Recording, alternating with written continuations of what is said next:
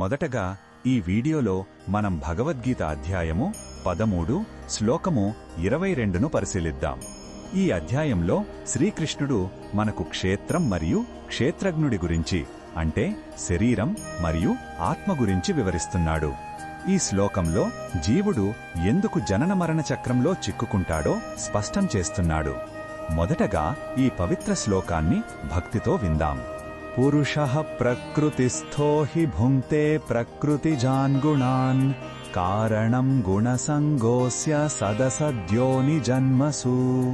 ఈ శ్లోకం అర్థమేమిటంటే పురుషుడు అంటే జీవాత్మ, అది ప్రకృతిలో అంటే ఈ భౌతిక ప్రపంచంలో ఉన్నప్పుడు ప్రకృతి నుండి పుట్టిన సత్వ, రజో, తమో గుణాలను వాటి ఫలితాలను అనుభవిస్తుంది. ఆ గుణాల పట్ల ఏర్పడిన ఆసక్తే ఆ జీవుడు మంచి లేదా చెడు జన్మలు ఎత్తడానికి అంటే ఉన్నతమైన లేదా నీచమైన యోనులలో పుట్టడానికి అసలైన కారణం అని భగవానుడు చెప్తున్నాడు.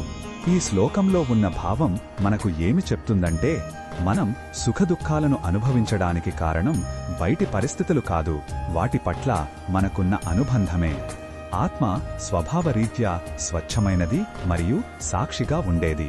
కాని అది ప్రకృతి గుణాలతో తాదాత్మ్యం చెందడం వల్ల బంధంలో చిక్కుకుంటుంది. మన పునర్జన్మలకు మన ఆసక్తులే కారణం అనే గంభీరమైన సత్యాన్ని ఈ శ్లోకం మనకు గుర్తుచేస్తుంది. ఈ బోధనను మన దైనందిన జీవితంలో ఎలా ఉపయోగించుకోవచ్చు అంటే మన జీవితంలో ఎదురయ్యే విజయం, అపజయం, సంతోషం, విచారం వంటివి ప్రకృతి గుణాల ప్రభావాలే కాని మన నిజస్వరూపం కాదని గ్రహించాలి. చేసే పనిని శ్రద్ధగా చేస్తూ దాని ఫలితాల పట్ల విపరీతమైన ఆసక్తి లేకుండా సాక్షిగా ఉండటానికి ప్రయత్నించాలి.